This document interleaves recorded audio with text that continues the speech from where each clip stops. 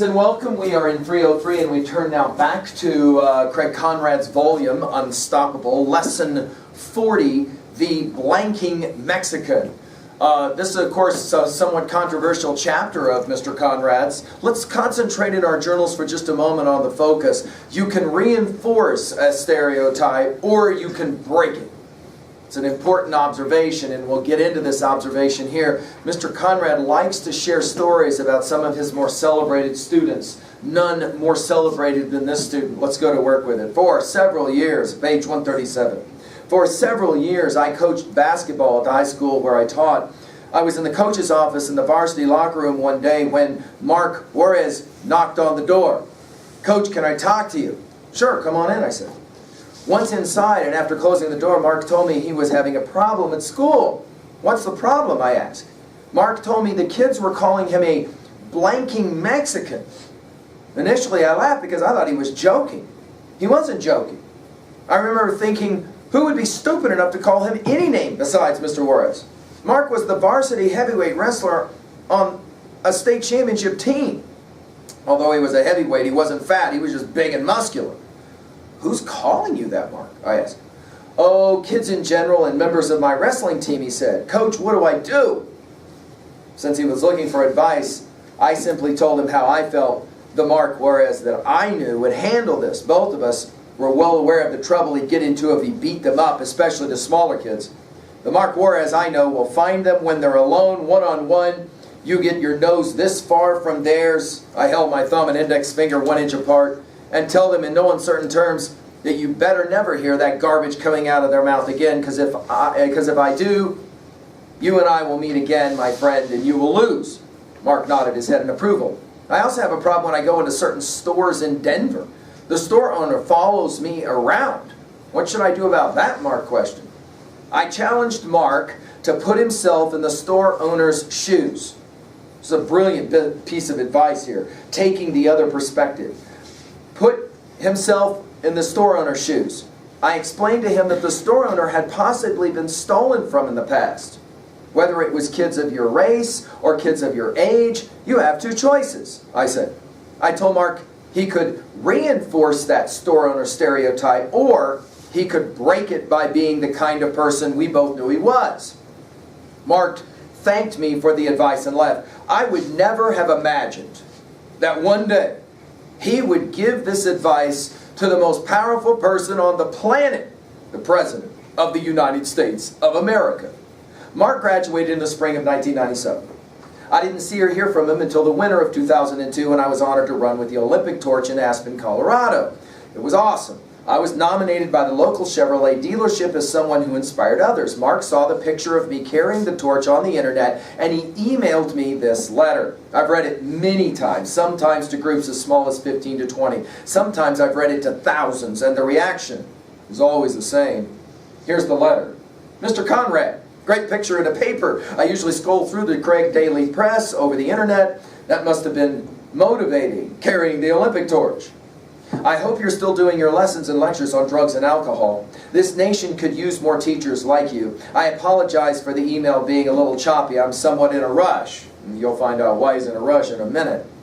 "I wanted to email you and encourage you not to stop with your program, The Unstoppable You, and keep pushing to keep students on track. I still remember a lot of your parables and usually mention them to my Marines when they come across trouble.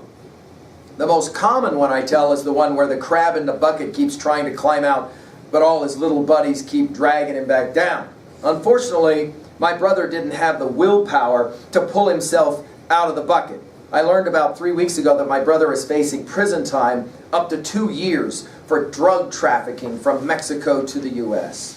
He just wanted to make that quick cash, and eventually it all caught up to him. His lawyer contacted me and asked me if I would take responsibility as a big brother and bail him out till he goes to court. He was trying to make me feel guilty and make a little money by me posting his bail and paying his lawyer fees. Well, I didn't want to hear he was in jail, let alone him stay there. But as a big brother, I told his lawyer he can stay there in jail and pay his own dues. Because if he's going to be drug dealing, who knows how far he's infected other families and how many families he's destroyed. So I made the decision not to assist him. My mother is in Mexico enjoying herself, so I was the only relation that could get him out. For the next few nights, I was upset about my decision, but then again I reckoned that's why they call it tough love. He may be mad at me, but at least he'll be alive and mad at me versus being dead and me wondering whether I could have helped him.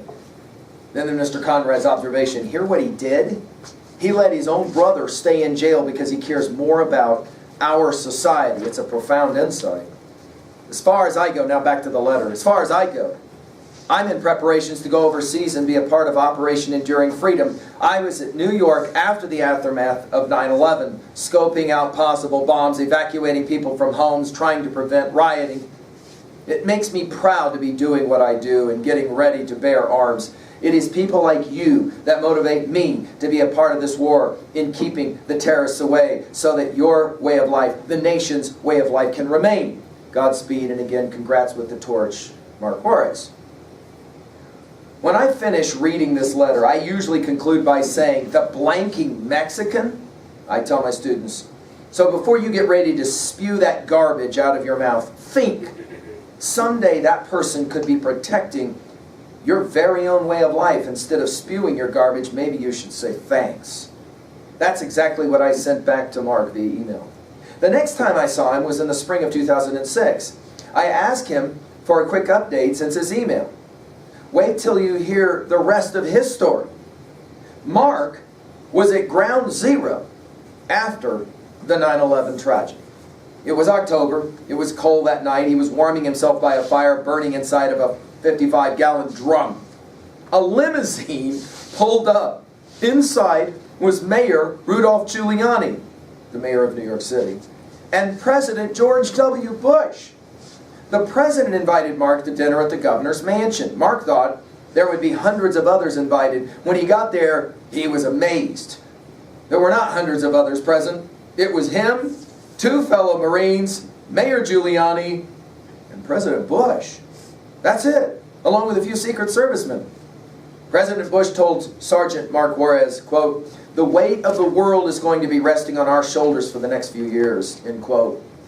The president then pointed his finger at Mark and asked, "What do you think we should do?" Sergeant Mark Juarez told the President of the United States of America, quote, "Mr. President, if you say go, my Marines are ready," end quote. Wow. Mark was sent to Afghanistan as part of an elite Marine force to capture Osama bin Laden. He estimated his troops were within half a day of capturing bin Laden at one time. They took sticks and stirred through his feces. They could tell what he'd been eating and the condition of his health. At one point, in the pursuit of bin Laden, Sergeant Juarez sent part of his convoy through a field to make sure it was clear. He received a thumbs up from his radio man. Mark took several steps into the field when he caught a glimpse of motion off to his left side. A Taliban soldier attacked him. Remembering his old high school wrestling moves, Mark instinctively got him in a headlock. As he spun him to the left, Mark shot his attacker in the head with a 9mm pistol he had strapped to his chest. He fired again when they hit the ground. Both shots were fired without Mark removing his 9mm from its holster. He fired right through him. When members of his troops rushed over, they found Mark covered in blood. They didn't know if he'd been shot or not. When they went to remove his flak jacket, Mark passed out. He'd been stabbed, and the removal of the jacket buried the knife deeper. The pain was intense. The rusted knife was left in Mark's lower abdomen for 2 hours, since removing it would have caused him to bleed to death. They were in the middle of nowhere in Afghanistan. A helicopter was called in to rescue Mark. As he was being airlifted, he held onto the rope with both hands in excruciating pain. Mark survived the attack. As recently as May 2006, Mark escorted the U.S. ambassador from Mexico City to the border between Texas and Mexico. The illegal immigration issue was reaching a boiling point, and the ambassador was getting a first-hand look at the situation. Mark was his bodyguard. I often wondered if any of the people that called Mark the blanking Mexican accomplished as much as he did. Twice, I introduced Mark to the crowds where I told his story as part of the Unstoppable You presentation. Both times he received raucous standing ovations. Thank God there's life after high school. That's the lesson behind the little red wheelbarrow. And then he finishes, Mr. Conrad, by saying, it's not where you're at, it's where you're going that makes the unstoppable you. Let's pause for a moment in your journals and just make some final observations here. One, let's jot this one down. Think about what you say before you say it, especially if it's an insult to someone. Right? Our story here suggesting you never know the people who you're insulting, what they will become later in their life. In the same way that you don't know what you might become. Number two, the way to fight racism is to change the way we look at people. Not their skin color, but the color of their soul or their spirit. That is to say, to see how important they are in this world. Three, if you have acted in a biased or racist fashion, find that person, if you can, and apologize.